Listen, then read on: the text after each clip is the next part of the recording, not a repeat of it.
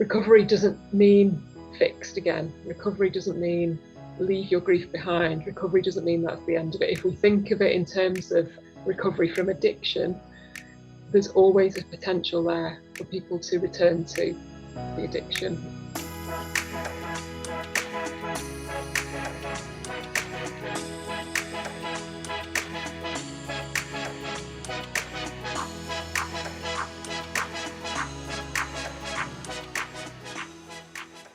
All right. Hello, and welcome back to You Need a Counselor podcast. My name is Julie Johnson. I am the president and founder here at Hastings Solutions. We are a counseling agency here in Iowa. We are still doing outpatient mental health counseling sessions in our office, in schools, and in home for kiddos. And I'm Chrissa Hunt. I am Vice President at Hastings Solutions in charge of our behavioral health department. So we do a program called BHIS, which stands for Behavioral Health Intervention Services. And that's where we go in home and work with children ages 4 through 18 on different behavioral skills. And we can also see them in school, in office, or telehealth right now as well. And this is our podcast, You Need a Counselor. So we are designed for people curious about counseling, but have barriers keeping them from experiencing the benefits of counseling. Our mission is to share stories about counseling, good, bad, and indifferent, and spread the message that everyone can benefit from mental health and behavioral health counseling services. So we post on Sunday nights at 5 p.m. Central Time, and we just encourage you to batch up whatever horrible task you hate doing. Don't do that throughout the week. I will be putting away laundry and making outfits for the week so that I have clean clothes to wear for the week. If that's meal prepping for you, if that is walking on the treadmill for the 30 minutes that you listen to the episode, we encourage you to do that on Sunday nights. Make a date with yourself and with us. That gives you the entire week to get scheduled with your counselor if you haven't seen them in a little bit, or to reach out and contact our guests from that week.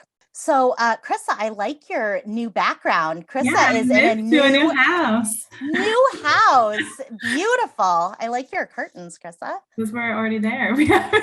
So we just haven't came with the house. Just came with the house. Free bonus. I like it. I like it. Bonus curtains. That's awesome. All right. So this week we've got a guest with us. She is an author. She is a grief support recovery specialist, and particularly for children, but also with adults. And so we're really, really excited to welcome Dr. Victoria Wilson Crane to our show today. And I'm just going to brag a little bit on Vic for you guys, or Dr. Vic, as we're calling her today. So let me just brag on her a little bit. So she has written a memoir and a self-help book. So we love when people share their own stories and then use those stories and those experiences to help other people. And that's exactly what Dr. Vic has done in her book called 16 Days.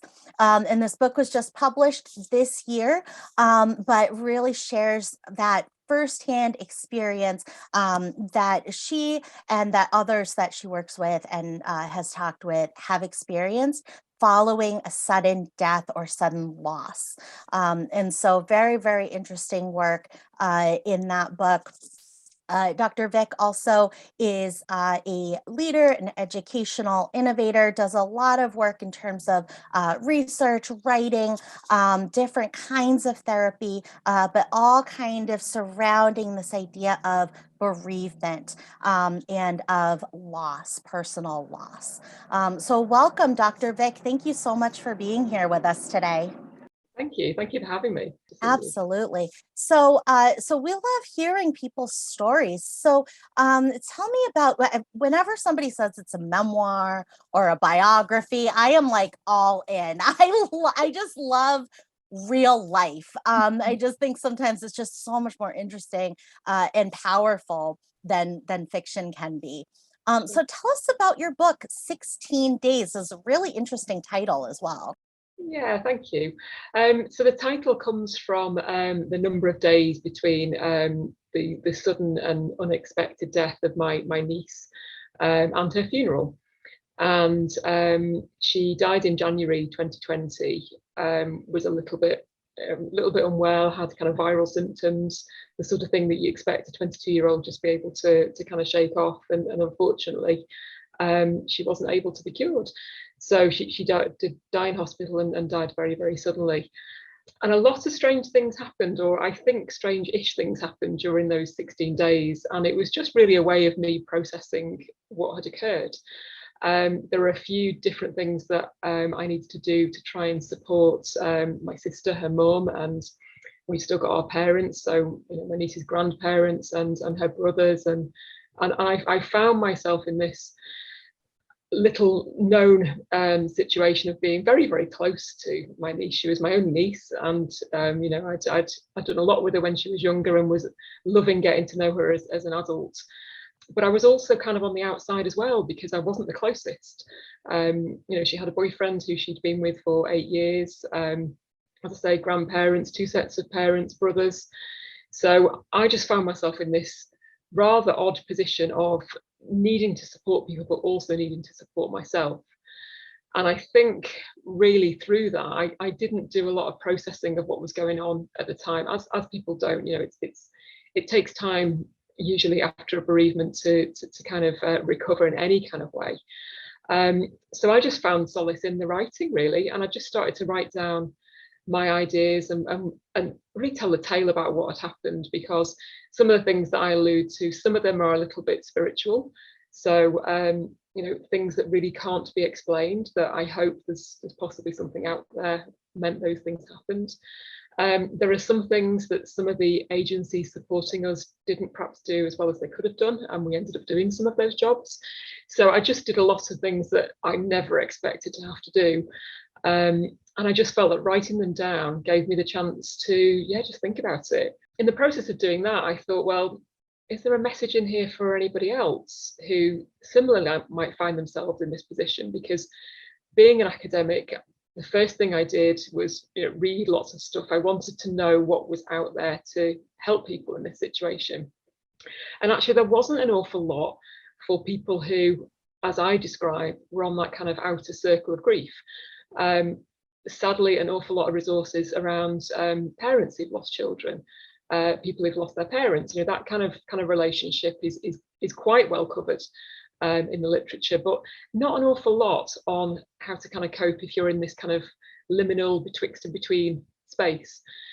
So I ended up at the end of each of the paragraphs, at the end of each of the chapters, just writing a very short paragraph to say, here's a few tips of things that if you find yourself in this situation, nothing's surefire. Grief is so unique and everybody's response is unique, but maybe there's something in this that could be useful learning for you. And what has been just so lovely as people have been reading the book is they've said to me, I will go back, it'll be a resource that I will pick up. I've read it now.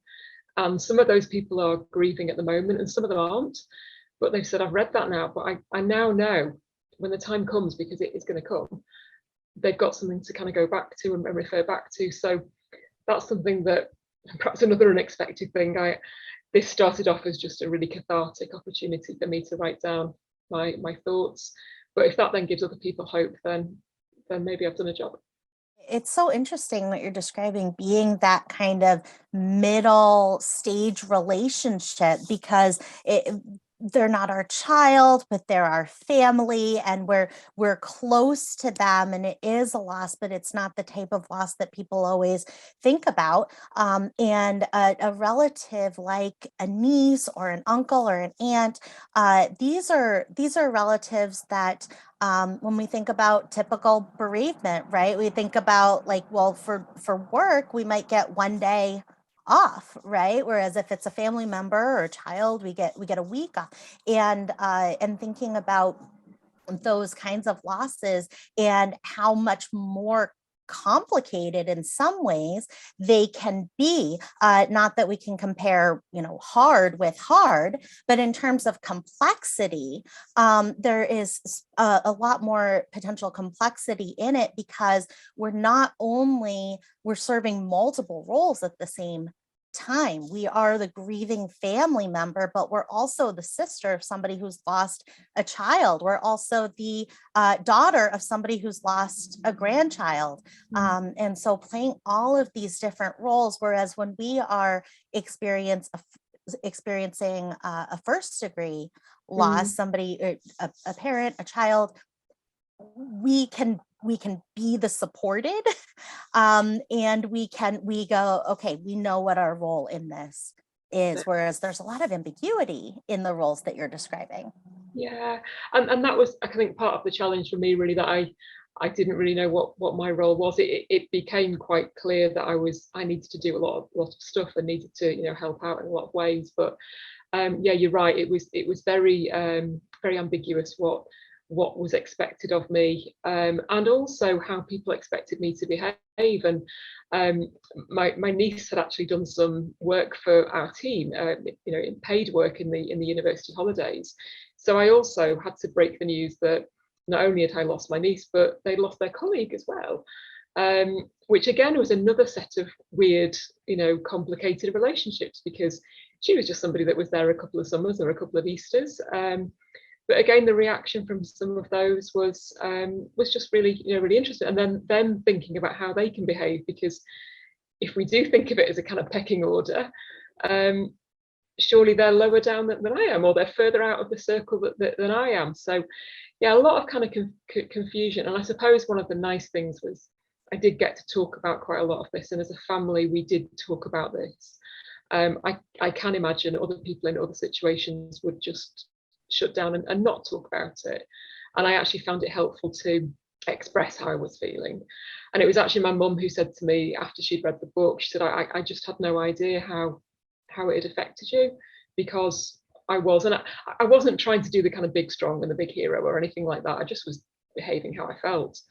But she said, you know, it was interesting to read the book, because I thought I'd understood where you were with this, but actually, you know, there were some things I missed as well.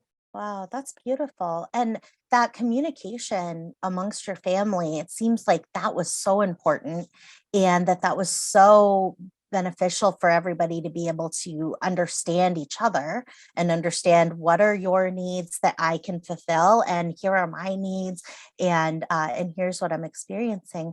How did you go about having those kinds of conversations? Well, I think, as you might be able to tell from my accent, I'm British, and I'm actually from the north of England, and we're quite blunt. We're quite straightforward. So I think that possibly helps. And actually, as a family, we are close, and there's not many of us, but we are close, and we do talk about stuff. So it was just an extension of that. It didn't feel unnatural to us. And I do say in the book, because although there are some obvious sort of emotional times in the book, some sad emotional times in the book, there are some funny things as well, because some really funny things happened.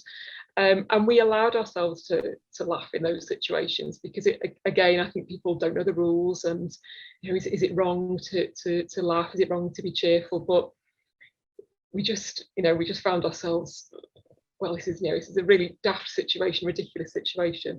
One of the funny ones, which has become a bit of a bonus chapter actually that I've been sharing with people beyond the book, is around somebody who came to the door with, I don't know what number bunch of flowers this was, but as you can imagine, everybody wants to send flowers. And this woman came to the door, and it was my sister that answered the door, which is probably the first mistake. But she said she knew they were sympathy flowers, and she just said, well, can I ask who it was? And my sister said, actually, it was my daughter. So this woman said, oh, I know exactly how you feel. My husband's just run off with somebody, he's having an affair, and went into a big long story about everything that was happening to her, and kept my sister at the door for about 15 minutes, to which she came back, as you can imagine, feeling dreadfully sorry for this woman, but also finding it very, very funny that this woman thought there was some connection in what had happened to her. But that was a moment where we just let ourselves have a good laugh at that, because yeah, that's what it is. So I think it possibly helped that we are quite open, and we are quite blunt, and we are quite honest about how we feel. But we just tried to encourage each other as well, that not everybody wants to talk. And I don't suggest this sort of leads on to our conversation, I guess, about therapy. Not everybody thinks talking therapy is helpful. But I've learned that actually, as much as I'm an introvert, I do find talking things through and explaining what's happened does help you understand what's happened. And I suppose telling my story through the book, and even coming here today and talking to you, it's all part of me still processing it, still understanding it, still sharing what's happened. So I think if you can possibly talk about it, if you can encourage people to talk about it and use words, it can just help you understand things a little bit better. I think that's where the kind of therapy line comes in as well. Therapy and loss, or mental health and loss, they both have kind of this unwritten rule sometimes of like, we don't talk about that because it can feel uncomfortable, or we don't want to upset people, and all of these things. And I love hearing, you know, your perspective here. Talking about it helped me. It helped me to talk about these things and to share with my family, and to share with other people who might be going through a similar situation, or who who will go through something similar in the future. And when I say similar, I don't mean that their husband leaves them. But actually, I have, since I've learned more about grief, I know that grief is just the normal and natural reaction to loss. So I've cut her a bit of slack in my head since, and I felt a little bit more sorry for her, because she was just describing a loss that she'd experienced. So maybe she was making connections that we couldn't appreciate at that time. So I do feel a bit more for her now, even though it was a comical story at the time. There is that kind of neutralizer that is loss, and no matter what it is that we are losing or grieving for, a person and a person that we've lost in any sort of circumstance, we are going to feel that loss, and we are going to feel that grief. I can see where she's coming from. I've also lost somebody. I'm also in pain, right? And in that way, you know, we are also connected with each other, because we have it is a universal human experience to feel grief and to grieve as human beings. And I think that sometimes that doesn't, you know, those kinds of losses don't always get as much room for grief as when somebody close to us dies, right? When somebody close to us dies, there isn't usually enough time, but there's more time, right? There's more space that either we give ourselves permission to have and to boundary off, or that other people give us around being able to experience that grief. But sometimes there are other losses that we don't even notice our loss, right? Like, we don't realize that we're grieving, and so we can't share it with other people. So yeah, absolutely. But I'm so glad that your sister was able to laugh, because you know, it doesn't hurt the other person, and it's so necessary to allow, not that we have to laugh, but that we have to laugh if we feel like laughing. Yeah, that's right. Don't suppress it, and don't feel bad. You know, people might think, oh well, you know, I'm being disrespectful, or you know, it's wrong, or it's gonna hurt the person who's not here anymore. I would say no. Go with your feelings, and whatever feels right and makes you feel better, really. Absolutely. And what was your niece's name? Mary Lou. Mary Lou. And you know, I mean, gosh, she's 22. She had the same partner for 8 years, right? This is a person that sounds like she knew how to love people, and she knew how to love people well, and she knew how to keep those relationships. And so, you know, being able to still laugh at things that, you know, she might have thought was pretty funny, right? Is so, yeah, that's so important. You know, I mean, you talked a little bit in your bio about kind of your family's kind of shared sense of humor, how important that is in your family. And so, you know, I'm thinking that if that's an important element to your family, that would have been very, very important to Mary Lou. And so being able to continue that on is honoring her in a way. Yeah, that's true. I hadn't thought about it in that way, but I think you're right. We had some you know, family ups and downs, as we do, but we had lots of family fun times. So yeah, I think she'd appreciate. She had the same sort of quirky sense of humour. So yeah, I think she would have also found that hugely embarrassing, but very, very funny. Absolutely. And so, what were some of the other experiences that you found surprising that maybe you didn't expect? Yeah. So a couple of things happened around. We were trying to get some photographs printed to put up in the church. Some big enlargement pictures put up. And we went to local shopping. We live in a small town. Went to the local shop, and obviously the answer was no. You can't do that. It's copyrighted. It was a school photograph that we wanted particularly to enlarge. We weren't allowed to do that.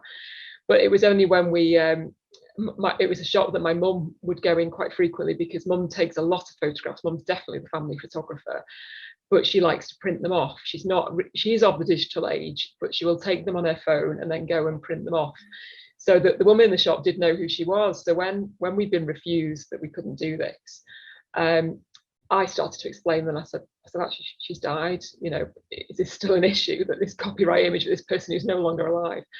And obviously she looked really shocked. And then I said, actually, you might know my mum. And showed her a photograph of my mum, and straight away she said, I'll give the pictures here, I'll do them, don't worry about it, kind of thing, just do away with the rules.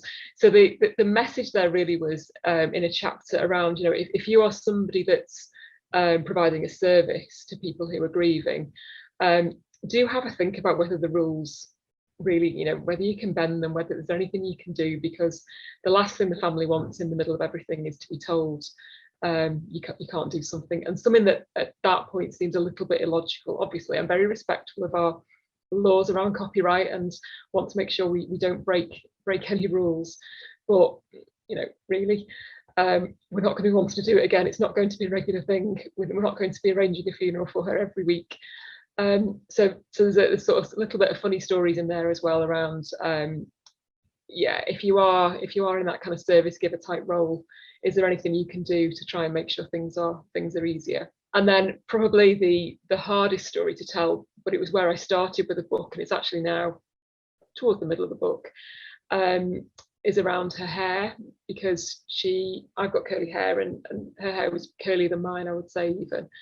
And the funeral director hadn't washed her hair before putting her in the casket.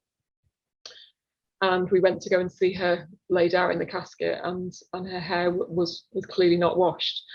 And my sister had this conversation and said, look, she'd been in hospital for a few days with a high fever.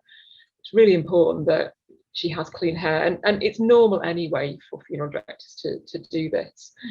So that was on the Friday, and on the Monday she and I went back and we washed her hair. They removed her from the casket, we washed her hair and put her back in, dried her hair and put her back in. And then everybody could go and see her then, and who wanted to see her, because we didn't want people seeing her in that sort of state. So I'd washed her hair when she was a little toddler. We'd washed our hair together when we'd been swimming together, but I never imagined washing her hair at that sort of stage. But the amusing part of the story around that is that my sister and I had talked for a while about maybe funeral directing could be a job that we could do together, because we both worked in education, both worked with people, and just silly conversations we'd had about what if we had our business together, what would we do? And we talked about that. So then the irony of was actually doing part of that job. And then we said, well, perhaps we could be and neither of us are hairdressers, I have to say, perhaps we could be drafted in to deal with difficult customers, when they've got difficult hair to deal with, they could just call on us and then we could come in. So just really silly conversations that we had to try and break the kind of the tension of what that experience could have been. So that features in the book as well, but that is more around my sense of just never imagined having to do that. And actually prior to that, I'd never chosen to go and see any family members in the Chapel of Rest. And I know culturally some of your listeners, it may not be the thing that you do, but it's definitely something that a lot of families do in our part of the world, and particularly Catholic families. And I'd always been given the option to do it or not, and I'm so glad that I'd been given that option, and I'd always said no. I had seen a dead body before. I'd worked in nursing homes, and I was with my auntie when she'd passed away, so I had seen a dead body, but I'd never seen a body laid out. So when I ended up going with my sister that evening, that was a really sort of big thing for me, because I just thought I'd already made my mind that when that time came, I probably wouldn't do that, and I probably wouldn't have pressure, and it would have been okay. I'd seen her in the hospital and hadn't really said goodbye, but then I never did say goodbye, even on the day of the funeral, because I hope in some world I will see her again. But yeah, that was an unexpected turn of events around doing something, just one last act for somebody that I never at all imagined I'd be able to do, but I did it. Absolutely. I mean, those are things that, gosh, I never would have thought about.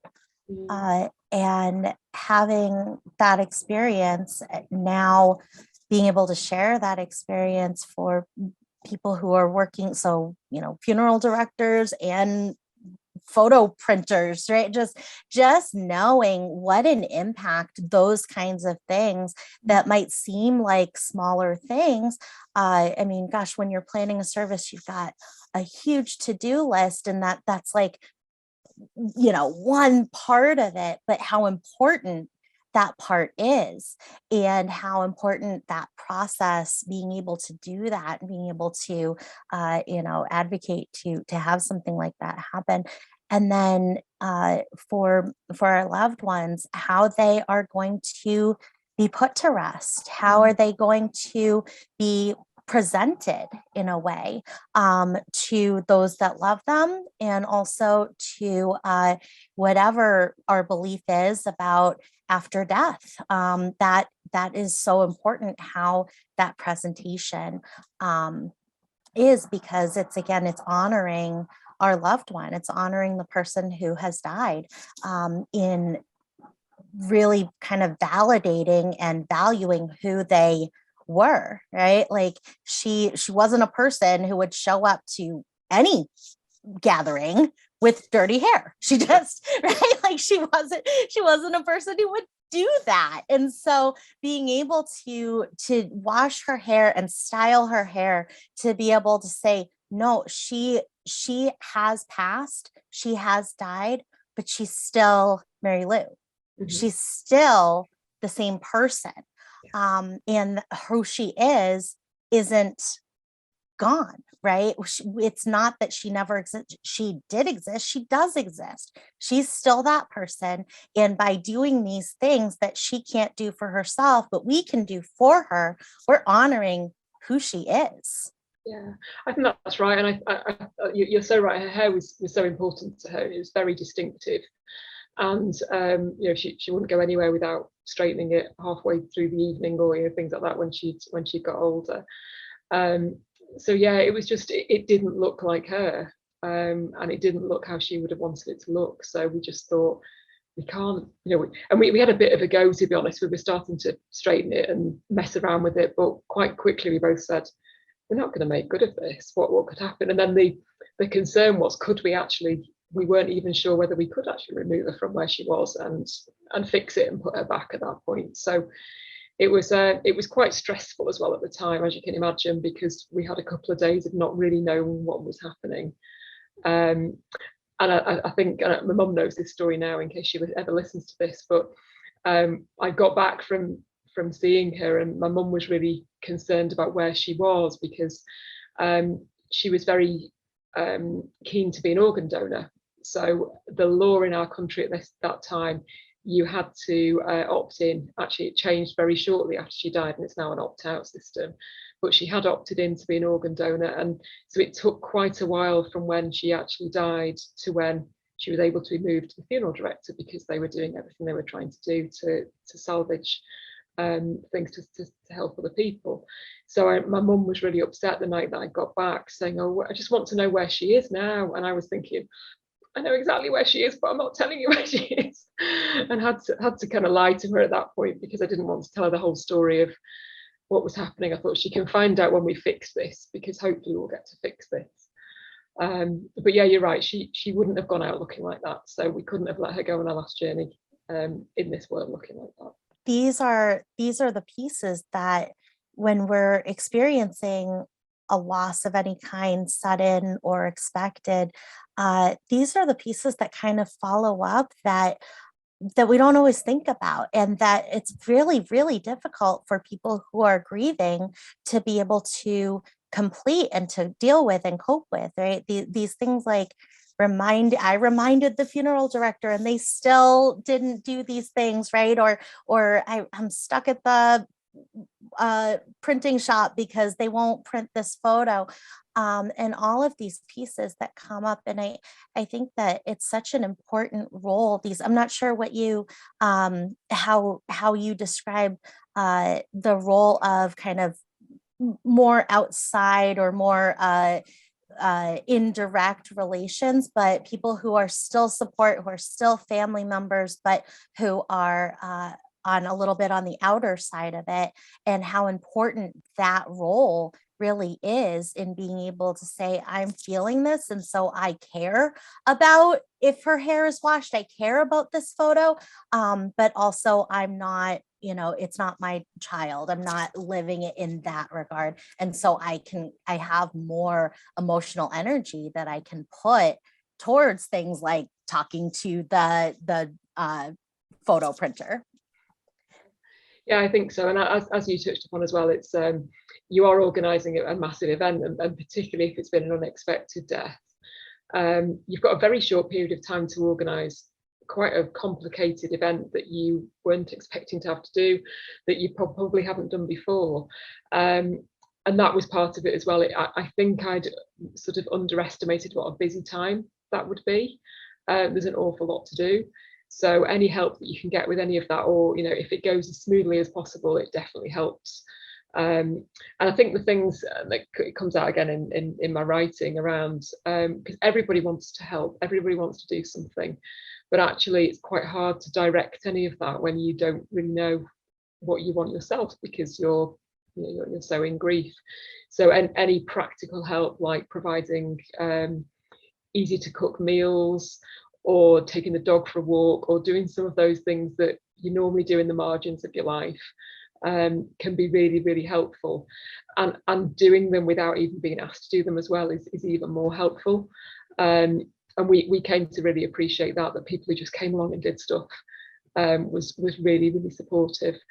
And you sort of, that gives you something, next time something happens and it happens to somebody else, it does give you a little bit of a better idea of how you think you can help, because everybody says, oh, if there's anything you need, let me know, but actually you don't often know what you need.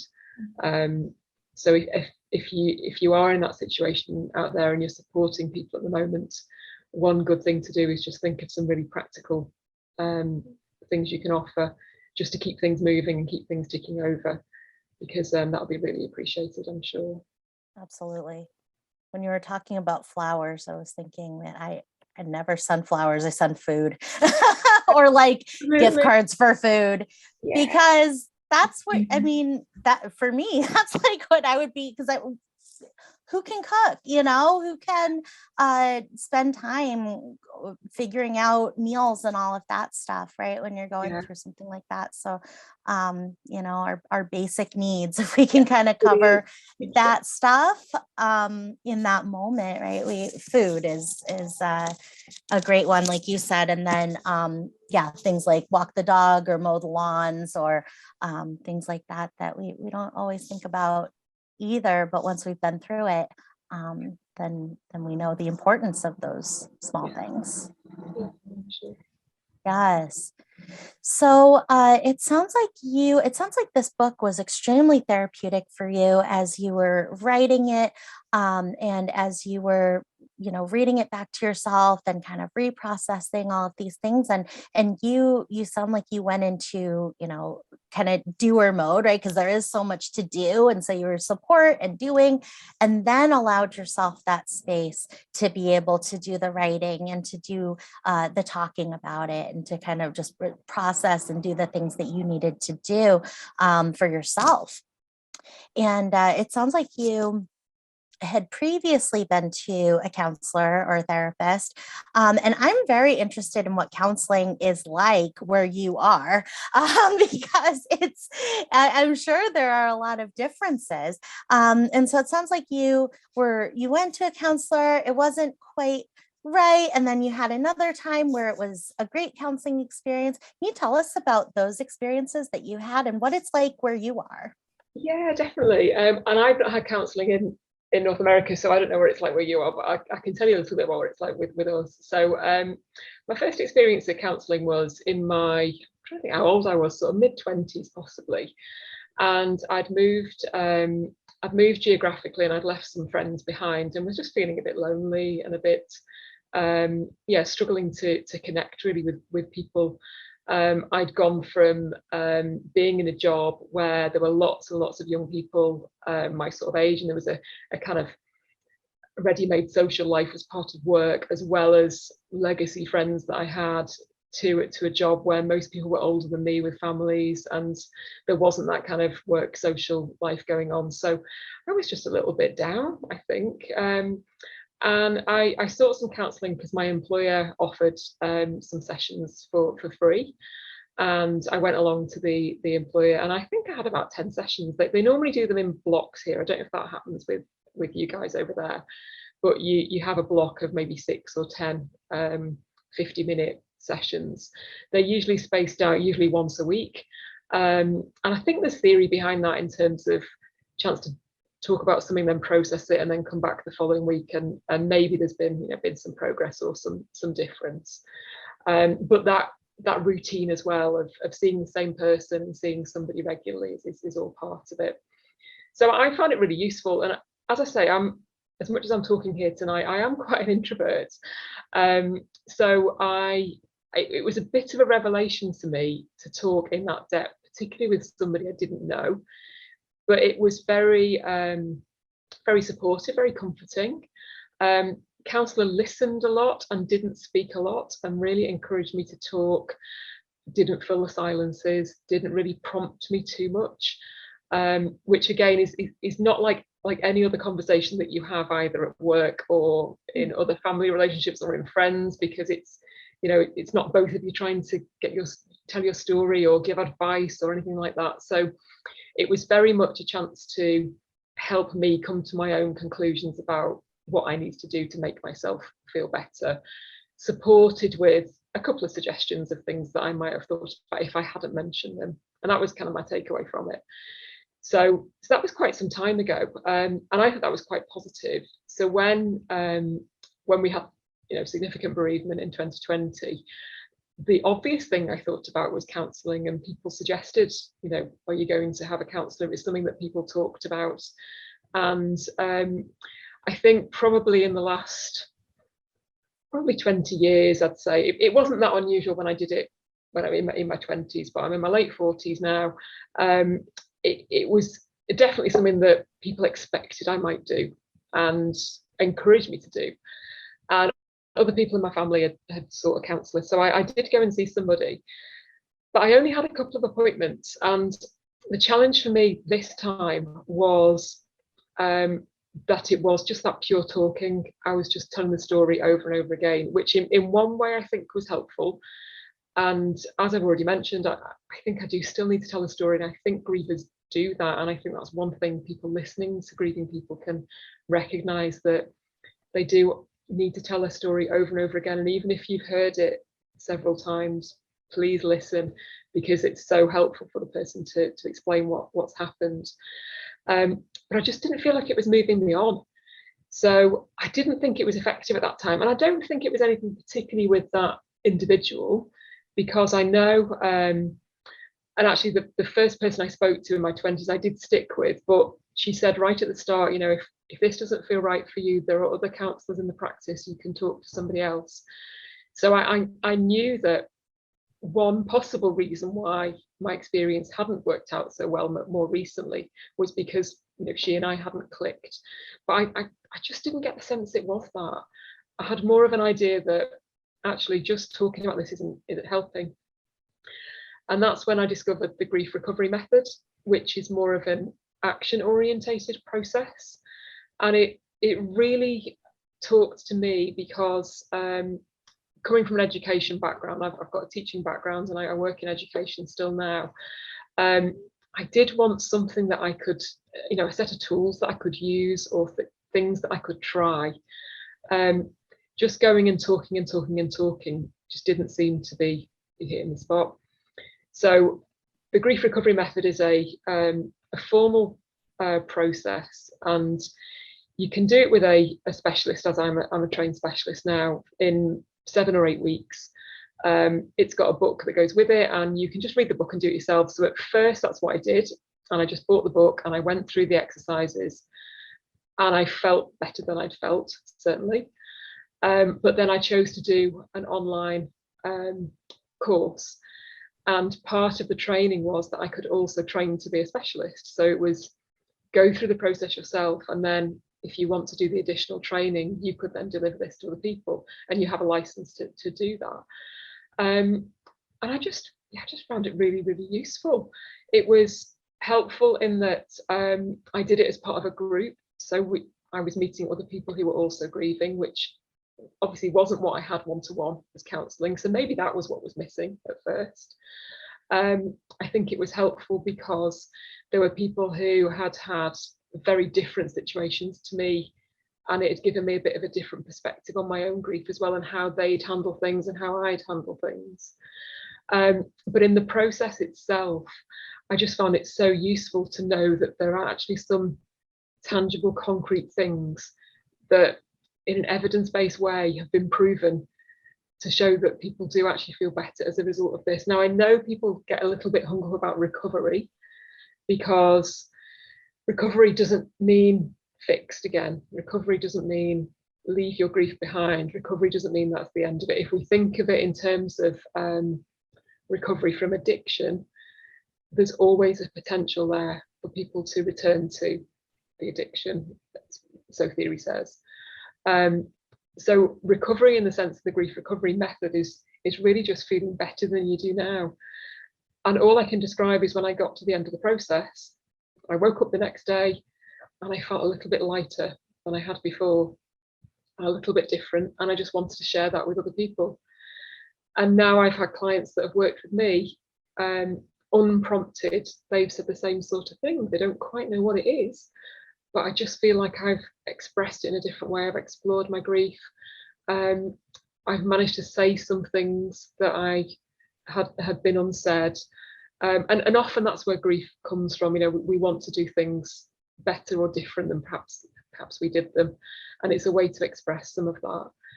So yeah, I think it's not counselling, and I suppose it's important for your listeners to know that it isn't counselling. And everybody refers to me as a grief counsellor, and I correct every single person and say, no, I'm not. I've learned some tools that I'm now passing on to other people who can use, and in that way, it's more coaching. It's more sort of a learning program, a supportive program. I think it could go hand in hand with counselling, and that's not to say it's kind of one thing or the other. But if you're looking for an opportunity to, as I say, maybe unlearn some things, because we talked earlier about the fact that we don't talk about death and dying, you know, in our society as much as we should. We're not really, as children, taught how to understand what has happened when someone has died. We talk euphemistically to our children. We talk about loss, when actually that's not that helpful. You know, you lose your tooth, or you lose a teddy bear, and if you lose a tooth, another one will grow back. Or if you lose a teddy bear, we can get another. If you lose a person through bereavement, they're not coming back, not in this world. So we've learned a lot of things that society has taught us as we've been growing up, either by observing other people or by things we've been directly told, that are actually unhelpful when it comes to processing grief.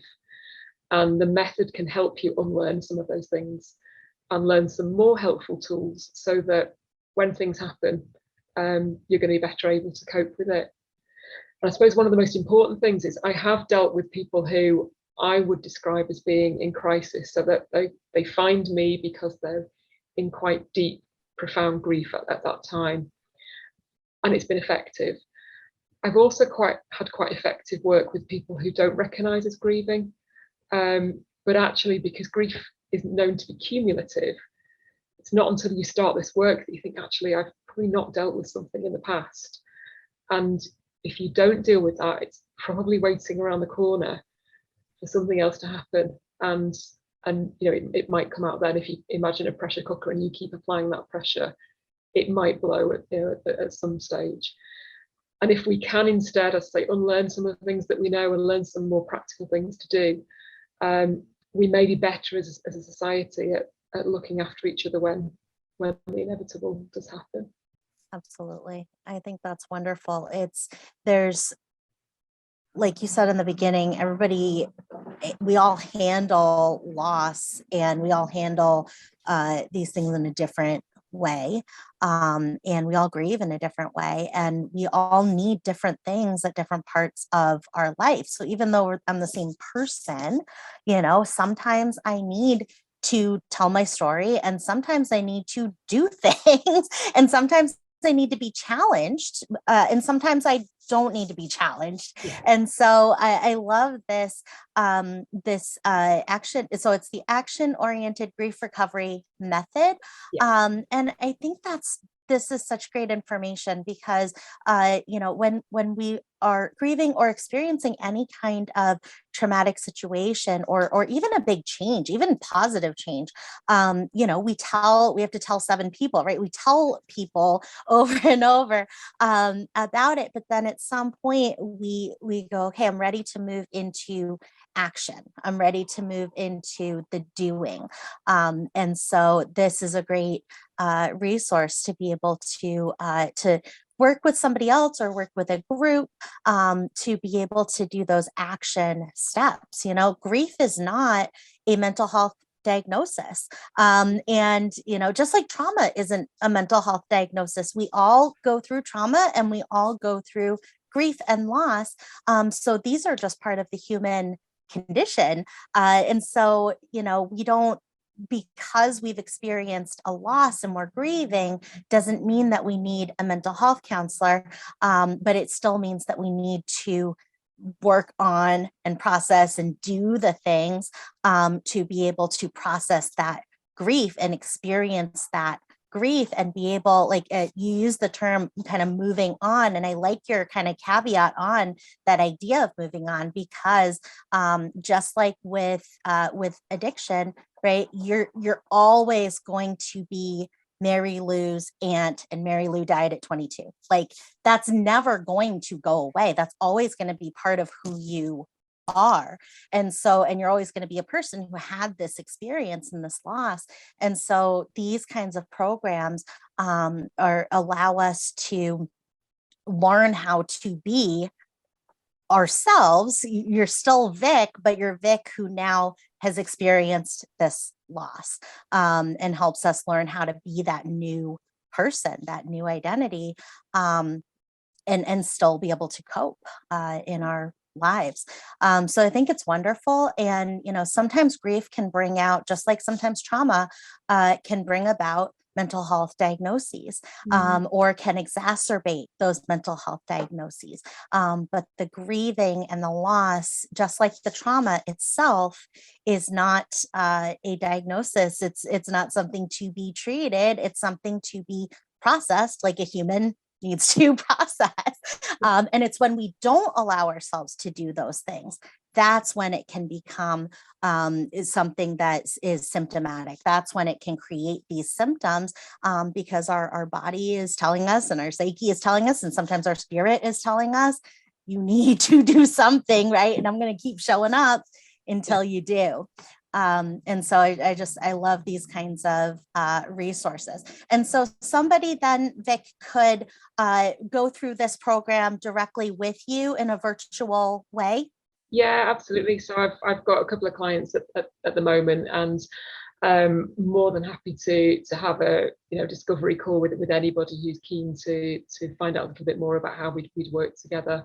And the one-to-one, although, as I say, the benefit I had from the group, I am actually really enjoying the one-to-one sessions at the moment, and finding clients are getting a lot from that, mainly because it really is time to focus upon them. And that, again, is a little bit like counselling, that it's all about you. There have been, I've talked to a couple of my fellow recovery specialists, and that they've described some brilliant experiences in groups, but you do occasionally have people who are sitting there thinking, I don't want to listen to somebody else's story because I need to tell my story. So as a facilitator, that is something that's not always that easy to handle, because you're trying to spin a lot of plates, and trying to look out for everybody. Even in a small group of 6 or 8 people, every individual will have an individual story. So actually the one-to-one I'm finding I'm enjoying, and I can get more from the clients and they can get more from me, because it's very, very personal. So yes, happy to work on Zoom with clients, and actually all the clients I've had in the last 5 or 6 months have all been on Zoom. It's not been a face-to-face experience at all, so quite used to it now and quite comfortable with that. Wonderful. So how can people find you to reach out for this one-on-one work? And then how can people find your book, 16 Days? Sure. My website, I think you'll link anyway from the show notes, but it's just simply drvictoriawilsoncrane.co.uk. And on there, you'll see a page around grief recovery, and you'll see a page around books. The books page will take you to information about 16 days, and also a way to acquire the grief recovery method handbook as well, a book that goes with that if people are interested in that. And if you want to book a discovery call with me, the grief page, if you scroll down there, there's an opportunity to book a free consultation with me, and I'd be more than happy to talk through the method. It does involve some work on the client side. Obviously, it involves commitment from their side, but I'm really, really happy to put in that work as well, and work with people, because I've just seen such really good benefits from it. Well, thank you so much. And so if you were to give a suggestion to somebody maybe on the fence about starting either this program or the one-on-one, what suggestion might you give that person?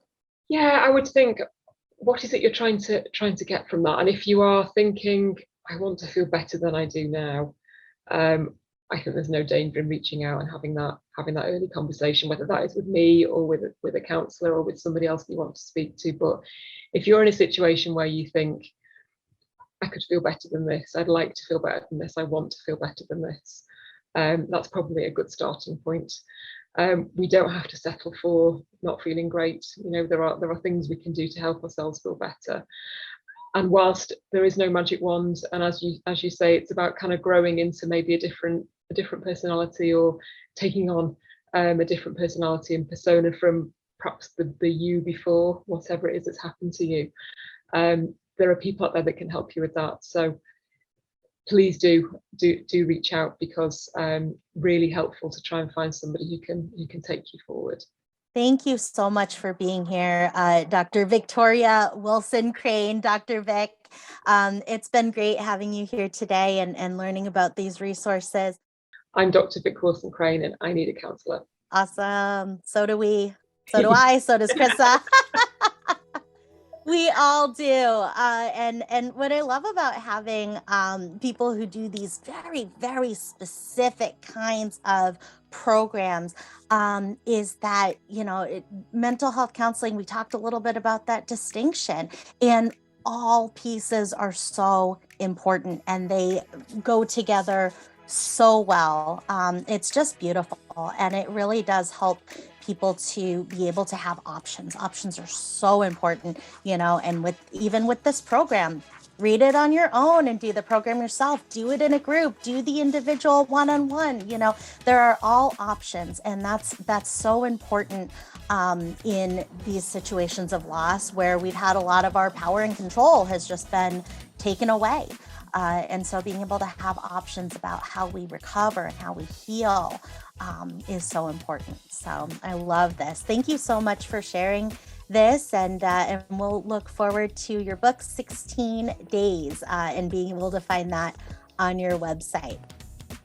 So if you are in Iowa in the United States, go ahead and give us, now I should say that as we're international, give